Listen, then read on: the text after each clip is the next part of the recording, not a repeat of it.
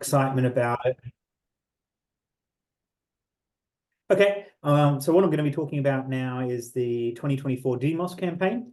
And this is a campaign that's in support of a couple of NASA and ESO missions. So sort of a bit more of a scientific focus towards this occultation event than possibly what you guys are used to.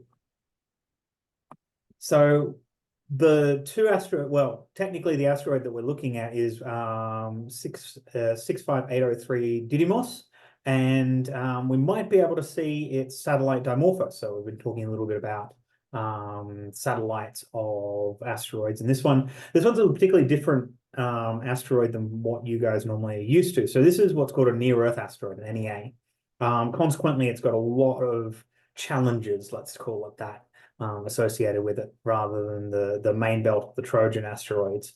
It's a fairly small object. Didymos itself is only about 850 meters in size, and the satellite Dimorphos, which we absolutely know exists, is only about 170 meters across.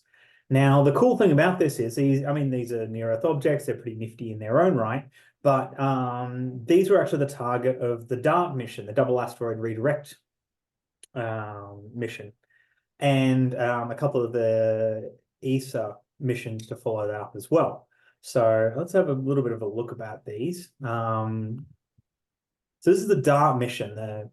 Basically what happens is this was a satellite that was launched by a mission that was launched by NASA and to basically study what can we do to affect the orbit of an asteroid. This is in case we need to do some protection against Earth. Basically, if something's going to hit Earth, well, what is it going to do? So this is what the DART asteroid did. Now, instead of hitting the big one, so instead of hitting Didymos itself, it actually hit Dimorphos, because what that means is that when we have a look at Dimorphos itself, we can actually look at how the orbit actually changed. So we can have a look at with it, because we did a lot of predictions about how the period of the orbit is. The original time was 11 hours and 55 minutes, and that's such a cool animation, and I'm going to run it again. And when DART impacted, they had predictions about how much it was going to reduce the time and reduce it by, like, basically based on the kinematics of the impactor. So how much energy is delivered from the spacecraft, which we know very, very, very well, precisely the weight of it,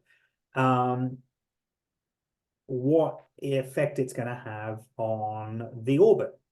And then we, this is real life. Then we literally crashed it into the satellite, and it reduced the orbit by about 3 minutes.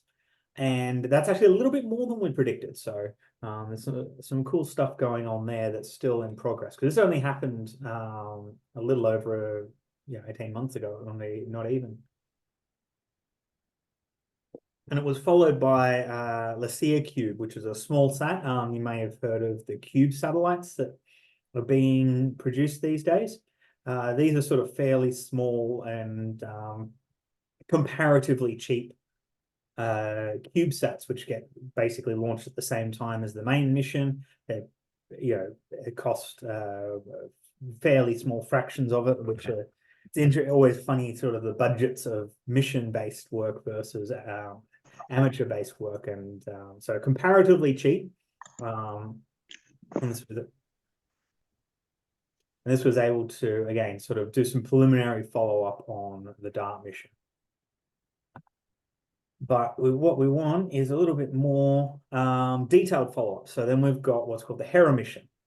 This is ESA, so the European Space Agency is launching this later on this year. And it will arrive in December 2026. So even though it's a near-Earth asteroid, it does still take time for these missions to get to the asteroids itself. And this will also deploy a couple of CubeSats just as sort of more of a test bed as well. And there's a whole bunch of cameras on board the Hera mission. And what they're trying to do is actually characterize the impact of the DART mission, because we want to sort of, we can only see so much from Earth. Even the largest telescopes can't get down to the detail that we really, really need to understand what's going on during the DART mission. So that's a bit of context for you of why we're looking at these systems. You may have heard of the DART mission, you may not have. Sort of revenge for the dinosaurs is sort of one of the taglines that they come up with. But, this is sort of what we're doing as a planetary sort of defense strategy, and it's sort of integral to that. This is sort of the first tests of some of those strategies for planetary defense. And in order to support that, we actually have an occultation campaigns. So this is ACROSS, which is, again, European-led campaign system. Demi has been leading this, so I didn't actually participate in this, so this is mainly all from Demi's slides. It's actually a fairly large campaign. This one across Porto was 3 stations in Algeria and Spain, and then a 21 station sort of transect of it in Portugal. Unfortunately, it hasn't been going well. These ones done in 2022 were fairly large campaigns to try and get it up and running before the impact. And 3 were done, got all the usual reasons of occultations, bad weather, unsuccessful all sorts of different sort of issues that come up with that. But then we've got a couple of other ones that happened after the impact as well, in sort of that October 2022 to March 2023 sort of time frame. And they actually got quite a few campaigns for that, over 20 successful occultations for it, with 4 of them which included Dimorphos. So here's a system again for that we know absolutely has a satellite, and we managed to pick it up. Some fairly low magnitude stars. This is sort of one of those cases where we just can't pick the best one. So you got to go down to a 13.5 mag system. But key thing is here, those durations. Those durations are very, very, very short.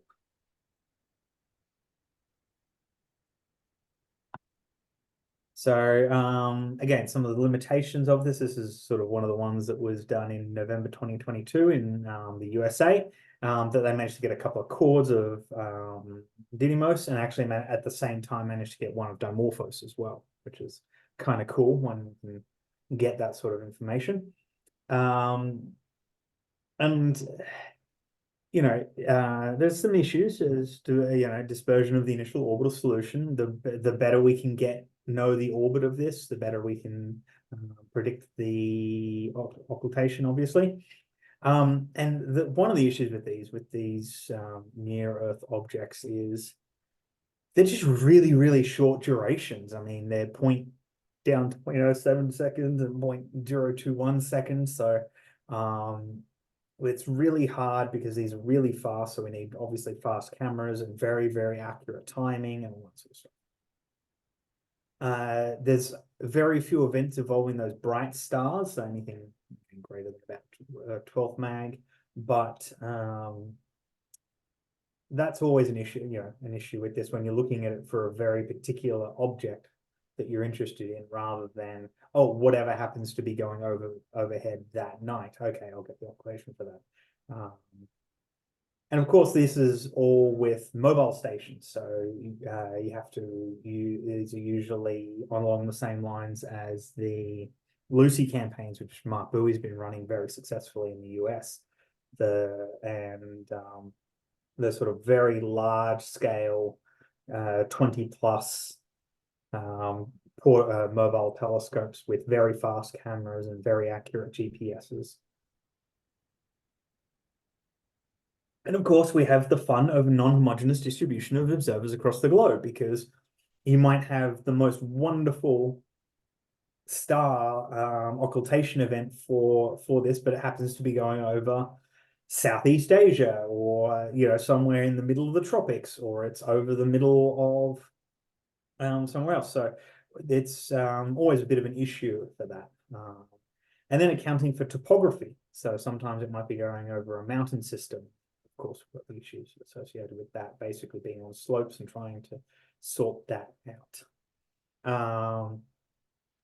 So far, it's been a very, very good, as with a lot of these major collaboration events between professionals and amateurs. There's a lot of collaboration there. I mean, the amateur and inverted commas community actually probably knows a lot more about this than sometimes the professional community, because we're sitting there behind our computers all day versus you guys, which are actually out doing occultations. But despite that, we've got 20 successful occultation events by of Didymos, and through that, every time we get a better an occultation event, we can of course reduce the orbital uncertainties and make sure it's even better and better precision. And of course, this all does improves the accuracy of the heliocentric momentum enhancement parameter. So it's sort of a paper that's been done on that. If you want to go have a look. So this is where we're going into 2024. So if you can see here, so this is a graph of magnitude of the occulting star versus time, and in the red squiggly line we've got the maximum expected duration. So an ideal candidate would have a very high magnitude and a very long expected duration. Of course, they're few and far between. But this campaign, a lot of the campaigns sort of around that late 2022, early 2023 campaign centered on that, and that was quite successful. And now we're in a bit of a glut at the moment, where you have some very, very bright, some very, very dim stars, and the durations really aren't very long. So there's sort of no point in that. But if you look here, we start to get some even better sort of events that are coming up, where we have quite long durations. I mean, there's that spike there in, I think that's the August one, where you can get some sort of quite high magnitude stars. Now, what we're sort of doing is, again, keeping up that high accuracy astrometry for the support of the Hera mission. And we're looking at both to constrain some of the heliocentric orbit and the mutual orbit. If we can get an even better orbital determination of the satellite, fantastic, great, good job. Better determination of the beta parameter. Again, we can sort of get onto that. And again, refining a 3D shape model, because the more occultations we get, the better the shape model. Yes, we've got photos of it, but we don't know what's behind each of these, or whether how symmetric they are. Now, for this later campaign, most of the observable are from the Southern Hemisphere. So obviously this is the European campaign, and that despite us being in Eurovision, we're obviously not in Europe. The problem is that there are some events in Europe and North America, but they're mostly at very low elevations. And again, not homogeneous distribution of observers. So there might be a fantastic opportunity in, say, South America, but unfortunately, there might not be the funding or the observers to be able to actually carry that out. Yeah. And then, so let's have a look. This is some of the best events that we have. So these are the really good ones. You can sort of see that one there. There's a 6.7 magnitude in August. There's a sort of cluster of them around that sort of ABCD, or sorry, BCD lines. So those three lines there are the best ones. These are the key events. I mean, that C event there is just absolutely going to be a key event in this. And considering it's a 6.7 mag star, you could practically do this with binoculars. But The problem is you look at the duration, I mean, 0.74 seconds, that's pretty good. But a lot of these are going to be very, quite short duration ones. And again, there's one in May, that A line there that goes sort of go, but that one's sort of heading out west a little bit. Although some of the WA people might be able to get it. But again, the key one we're aiming for is that C event in August.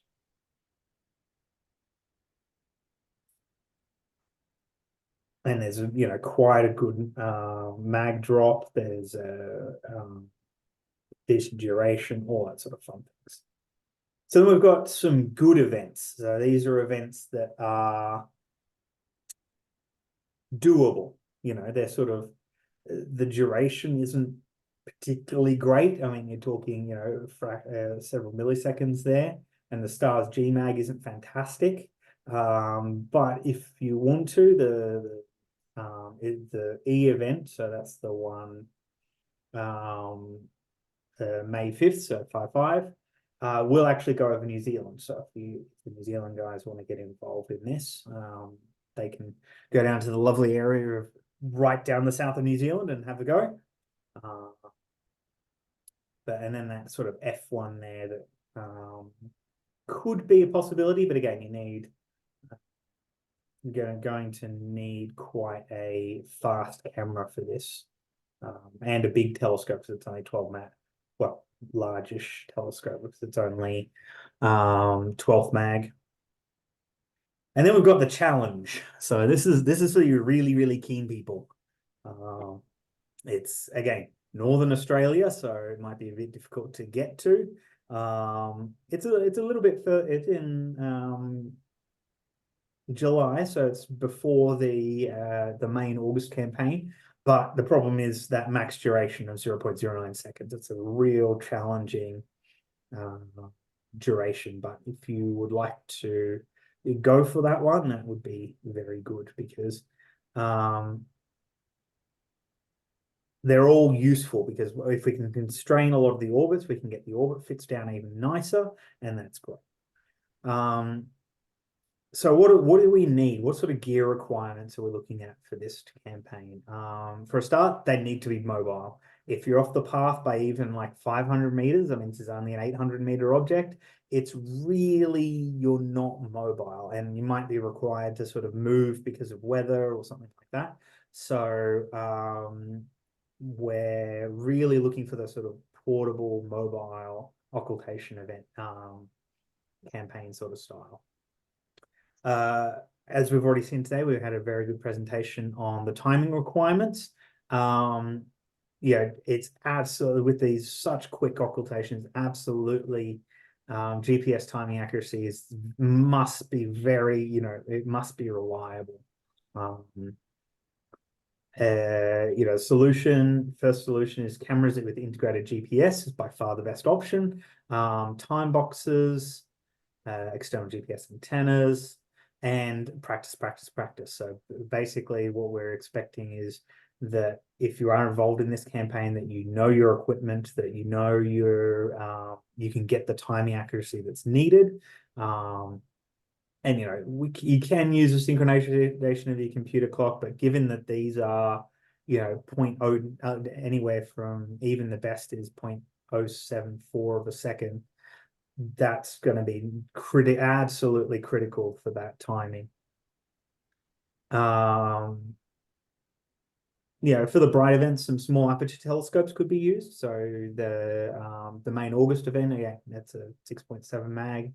That could be a fairly small telescope, but some of the others around the sort of 10 to even the 10th mag probably need a fairly decent sized one.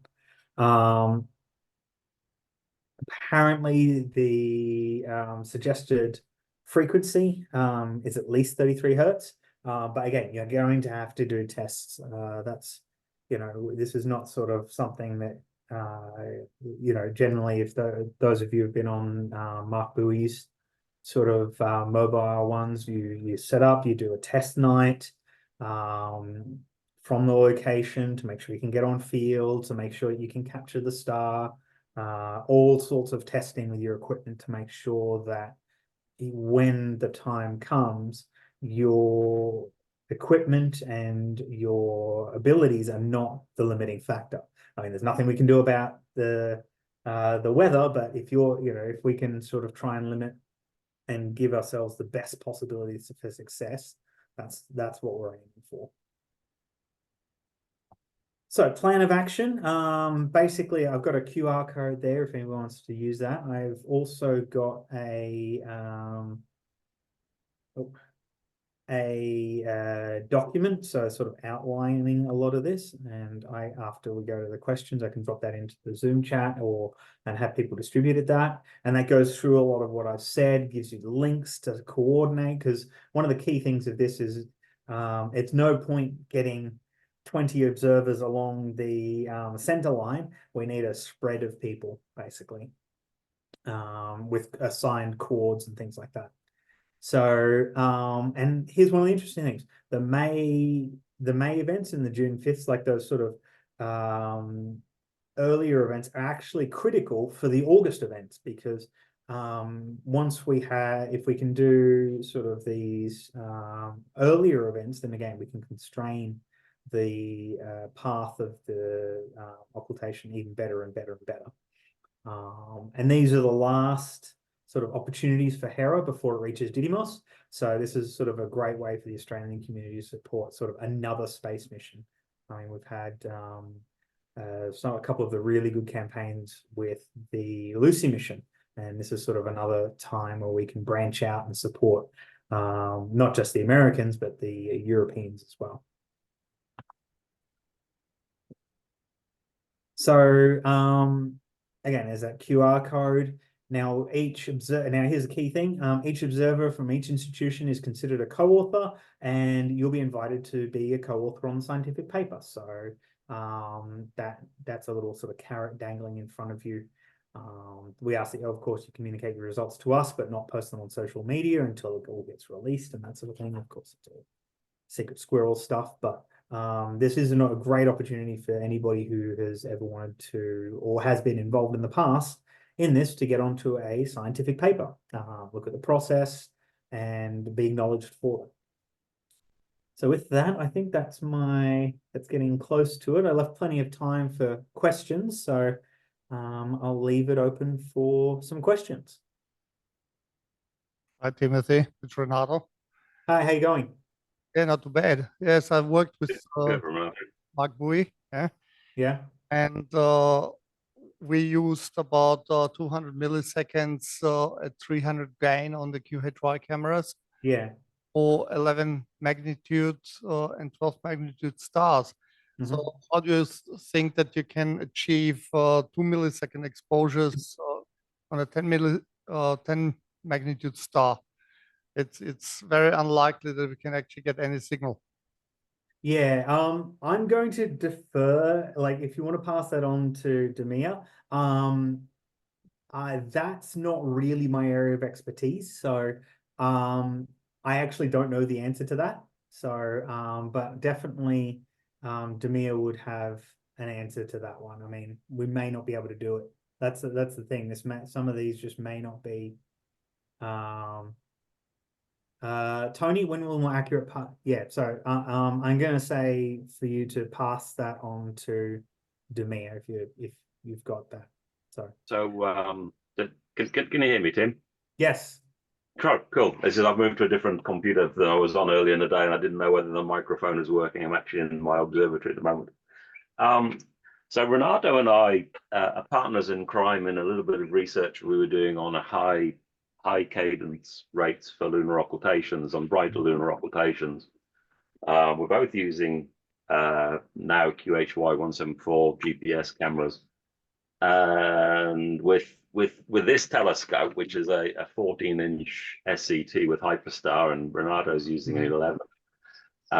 That brighter event, anything below 7th magnitude, I was able to get 1,000 frames per second, so 1 millisecond resolution. Yeah. Which I think in the professional terms is 1 hertz. I mean, we just use as frames per second. Yeah. Now, similarly up to 10th magnitude and 11th magnitude, you know, it's really is genuinely possible to get a very, very high speed event, but it's quite specialist to do that. Yeah. It's not something that we normally do, and we do it by absolutely cracking down on the aperture sizes so that the cameras instead. So when we were working with Mark, because both Renato and I worked with Mark and with 3 on both the Lucy events and the Pluto Central Flash and Oh, you guys were involved in that one too. Cool. yeah, no, we went out. It was awesome, but bloody hard work. They whip you. Bet you, yeah, I heard about But that. I noticed Kai was there with us, and Yeah. it Hi, really Kai. I didn't realize Kai was on here. it's an intensive process, that's for sure. But you know, they would be very different techniques to the ones we adopted out there because of that necessary. And in order to get those as well, the kind of equipment that we were using, which was the 16-inch sky watchers, Yeah. no, they're good. There may be some issues. Certainly, focal reducers and smaller fields of view would be in order to get those rates up. I mean, they're doable. I see a fair amount of issues though, mainly equipment. You know, because this thing beside me doesn't go nowhere. It's a permanently fixed scope. So if I was traveling, although I'm not very far from your D, by the way, I'm in that so if you see where the D lands on the coast, that's actually very close to where I'm physically sitting right now. It's not a bazillion miles away anyway. It's an easy drive. Yeah. The sea is the glory shot though. You know, we just have to work out how we can get a bunch of telescopes under it accurately. Yeah. You can with 7 points, you know, as I say, at 6.7 magnitude, you can get 250 frames per second, easy peasy. That what's that in kilohertz? 2.5? I don't know. It's well within the needs to get a very, very accurate chord. You do just need to have some aperture and a little bit of experience and get those QHY 174 GPSs out. There's a bunch in Australia. Yeah. So that event C, that currently the prediction for it goes right to the middle of urban Gladstone, and John Broughton is looking at sites within the Gladstone Marina, basically as an easy access site to access that one. That'd be cool. I'm in Rockhampton, so I'm just up the road. I had a fair bit of time looking at this prediction in occult, and just on the warn, or make sure I've got this right, those G magnitudes are duration modified. So that's not actually how bright the star is. Star is actually 9th magnitude. So yeah, thanks for that. I use these parameters were what Demia provided to me. So yeah, and Paris have always used duration modified magnitudes. Okay. Very frustrating. If you've got a 30-second long TNO event, it's actually sort of helpful, but I think it's actually harmful for these particular events.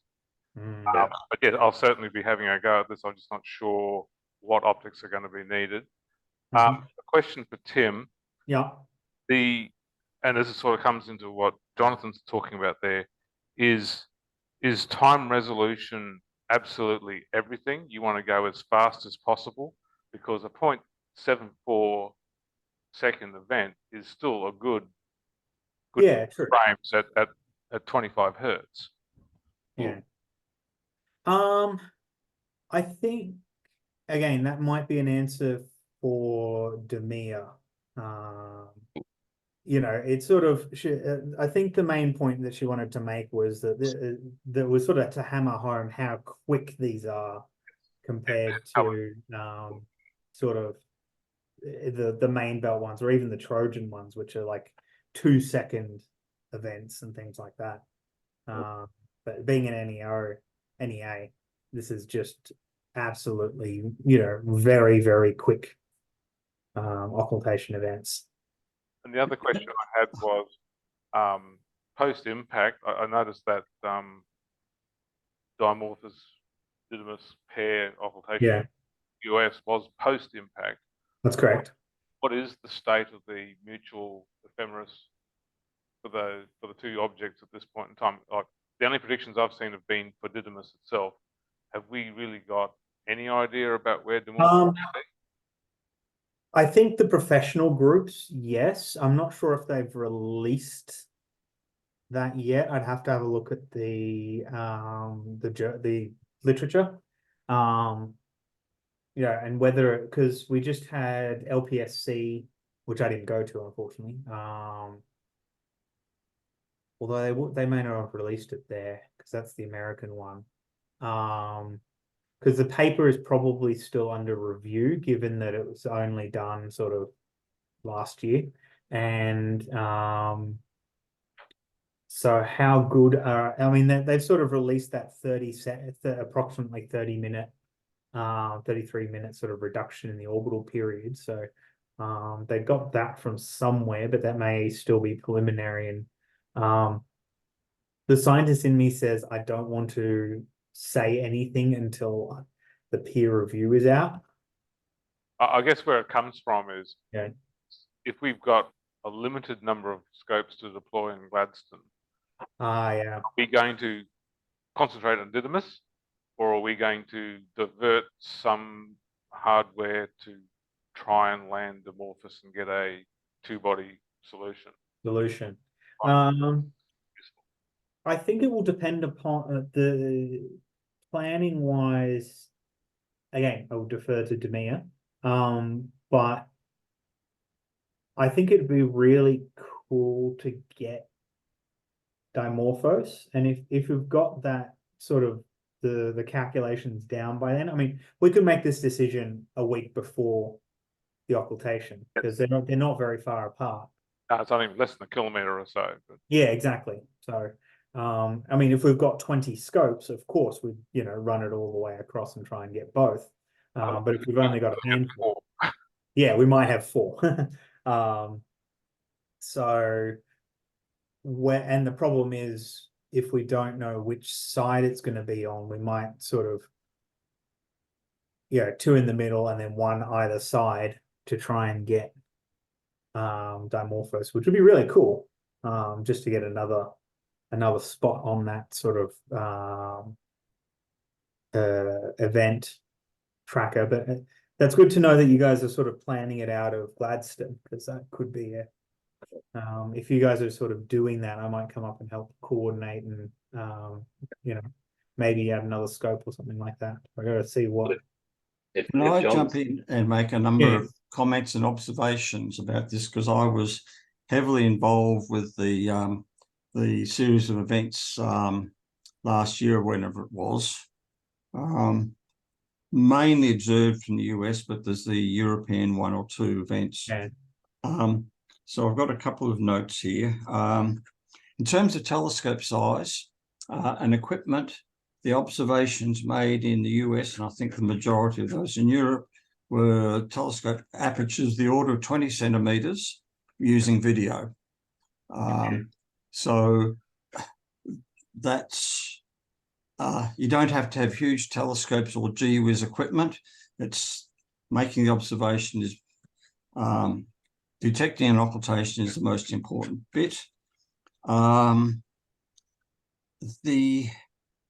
The results of those observations, it's inherently just of Didymos.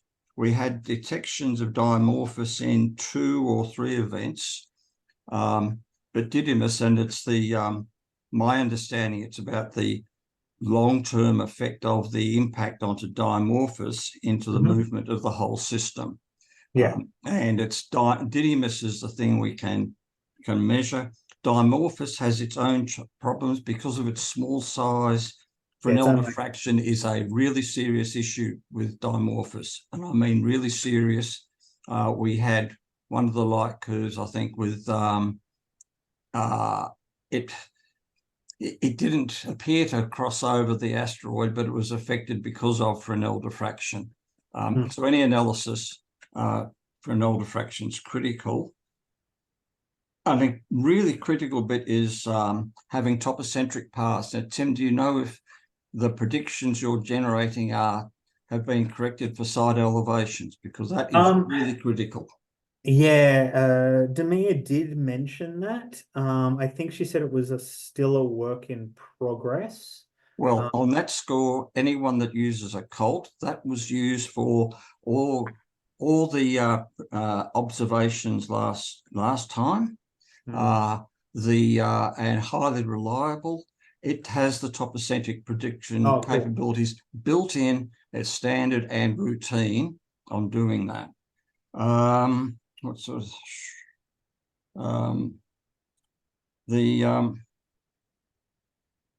yes, time's important. The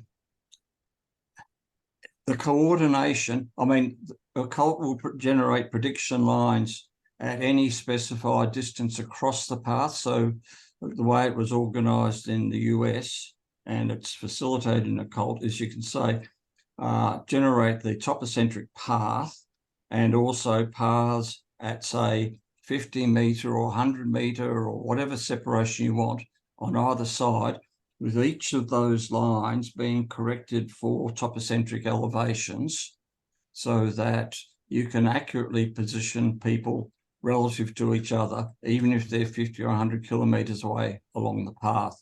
And that's all very critical. Yeah. And the final bit I thought I'd comment is, given the observations we were being made there, the final combination of all the occultation results gave the location of Didymos to an accuracy of about 50 meters. That's pretty good. So, I mean, the experience in this occultation community around the world is there to achieve these results. And I think in terms of doing the observation, we need to proceed very much as the way we do things in the way that we know, to have full reliability, rather than try to do things differently to what we routinely know, where the risk of doing something wrong is increased seriously.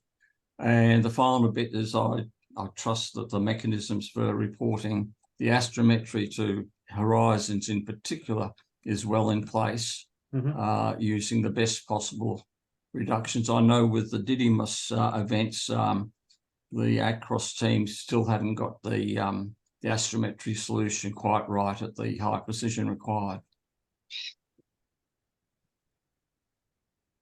End of my comments. Okay, thanks, Dave. No, that's really good to know that. Yeah, we've already got some people who have already were on those campaigns, and we've got some good information there. Actually, just an extra comment there. People here are used to using a cult. All the Didymos events are in a cult, and anyone wanting to get involved in this, they should in fact go through and have a look at the circumstances of each of the observed events and how the results map out, just to have a feeling for what is possible to achieve with our type of equipment. And you don't need big telescopes, just need to be portable. The Americans, unlike the things that Swearies do, the typical thing with the Americans in particular, I don't know what happened in Europe, is they would drive to the site and set up that evening to observe it and then go home afterwards. Because they knew the equipment, their own equipment, they didn't need to go through a process of setting up and testing and finding the star field, because for most of us, that's routine business. Yeah, no, you guys will be, it depends on, I suppose it's sort of, I'm coming from the perspective of a lot of the Lucy missions where, usually you had somebody who'd done the scopes before and then somebody who hadn't and things like that. But I think what Demir was trying to sort of ram home in this is that if this is something that, like, on these sort of very short max durations, if it's something that you hadn't done before, that it's worth testing and practicing with. Yes, well, I would hope that people wouldn't be getting involved in doing something they haven't done before, because it's their own equipment, their own stuff, and it's just a matter of making sure you get the balance right between the rate of image acquisition and depth of brightness that you're getting down, plus having to deal with the Fresnel diffraction issues, which are significant for Didymos and a problem for Dimorphos. Yeah. No, it's good. Thanks, Dave. That's, again, this is what this talk was meant to generate, just to sort of generate interest and to find out who's on board with this and like what's going to happen, and start coordinating the efforts, because this is what we want is people to be coordinated in this, again, rather, and have set chords that are assigned to and things like that, rather than just going off and doing your own thing, which it reduces the usability of your results if you're not sort of coordinated with the team. You will find we're quite anarchistic at times, though. So we can be herding cats. Yeah. So apologies in advance. That's all right. Listen. Yeah, Timothy, I'd just like to make a comment about trying to get other observers on board. It would be technically possible for anybody that does imaging with a 6-inch or larger scope, with a CMOS camera, to do this observation. If they have a mono camera or a mono guide scope, even the $149 ASI 120mm, it should be possible to do that and probably achieve frame rates, exposure times of maybe 20 milliseconds or something. So probably useful. And then to get timing, GPS flash timing would be able to do it. So I think it is technically possible for a wide range of observers that are not doing occultations to actually do this observation. They will need help and they will need coordination, and there will be a failure rate on it. Whether that failure rate's 50%, 20%, only time will tell. But to do that, you just need to get the call out and have a coordinated response to help these people get started. And with the GPS flash timing that I described, it could be as simple as a $20 USB stick to actually get GPS flash timing in there, so that there's a possibility of accurate times. That's good. And the flash timing can get down to the accuracy needed for these sort of things? I haven't explored it down to that range. I've explored it down to about 20 milliseconds. It tends to go as a fraction of the exposure time, because that's how the signal to noise ratio works. Once you get down to the millisecond range, then I'd have to test it and see how we go. I'm not sure that it actually matters, that level of precision, because you're going to have very close chords. On this one, so it's not going to be a matter of, you're going to be out by 3 seconds and you won't be able to line up the chords and your shape model is going to be a mess or something like that. Accuracies in the millisecond range are I think, possible. Being slightly heretical over the previous conversations on timing, and by the way, I've ordered 2 of those little USB dongles already. Is timing even important here? Is having, I mean, we're going to give, I mean, we with the cameras and the equipment are going to provide times. We'll be on there. We've got millisecond timings. But if we manage to roll in the amateur community to record an event, do we even care if they make any effort whatsoever to make a time? You know the shape and size of these things already. We need to know where it physically is in space. It's surely that's useful data, because whenever I mention millisecond timing to my amateur friends, they freeze out. They become scared. If it just get them to actually record an event and be under it, that's awesome data. Well, I mean, Can that's the I thing, can yeah, I make and- some comments on that? My understanding here is the occultation event is not about measuring size or shape of the components. It is all about establishing the position. And to establish the position, you need accurate time. But when it comes to what that accurate time is, 10 milliseconds is fine. And in terms of your frame rate, and the balance between exposure and frame rate, I would urge people to work on the basis of certainty is more important than high time resolution.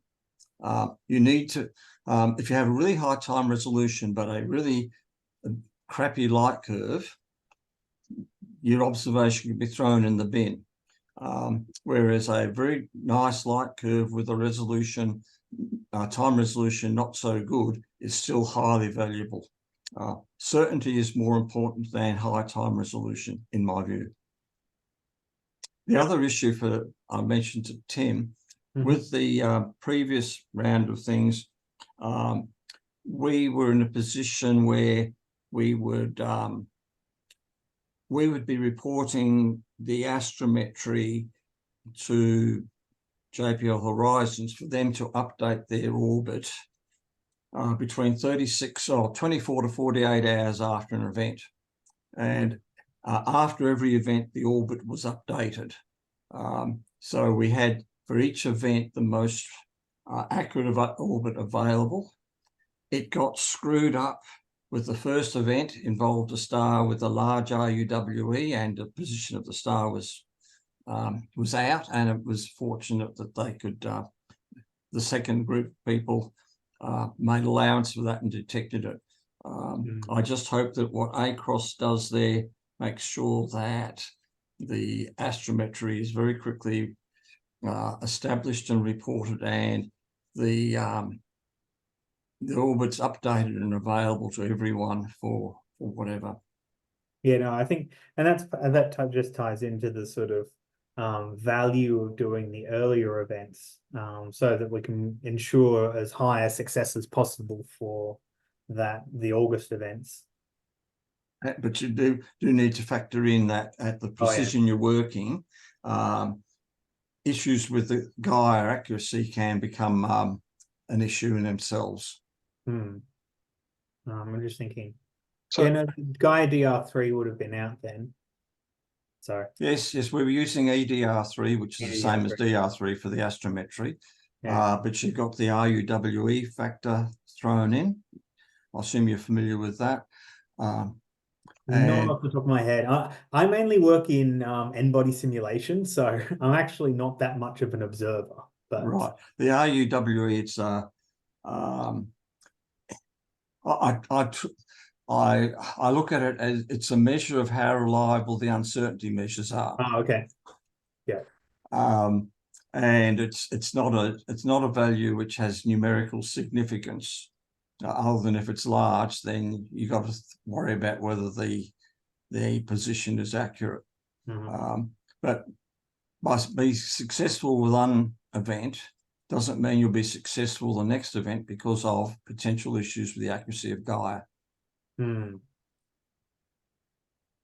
Yeah, no, I'm sure Demir has a lot of that sorted, and yeah, no, we'll definitely be able to make sure that we integrate with the Gaia astrometry. Okay, time to jump in. Sorry, we've gone way over the allocated half an hour. Thank you. Really good that we got a whole spare half-hour slot at the end because we're going to burn it. Yeah. Thank you, Tim. No worries, thank you. And I think we've got your contact details. I think there's a fair bit of interest. I'm certainly going to be personally involved in it. Oh, good. So yeah, if you got any other questions, shoot me an email, shoot Demir an email, and we'll be able to get that all sorted and coordinated.